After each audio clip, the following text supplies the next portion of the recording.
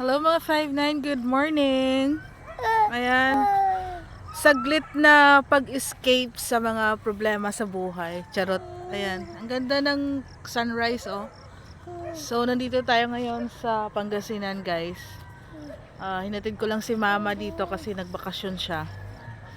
So later, may pasok na ako mamayang gabi. So back to reality tayo guys. Ayan, so ang ganda lang ng lugar. Province life. Ayan, malamig ang umaga. Tapos tahimik. Yan, simple lang pamumuhay. Charot. Kasama ko nga pala yung aking baby boy, Ethan. Say hello. Hello sa camera. Hello. Hello. Good morning, guys.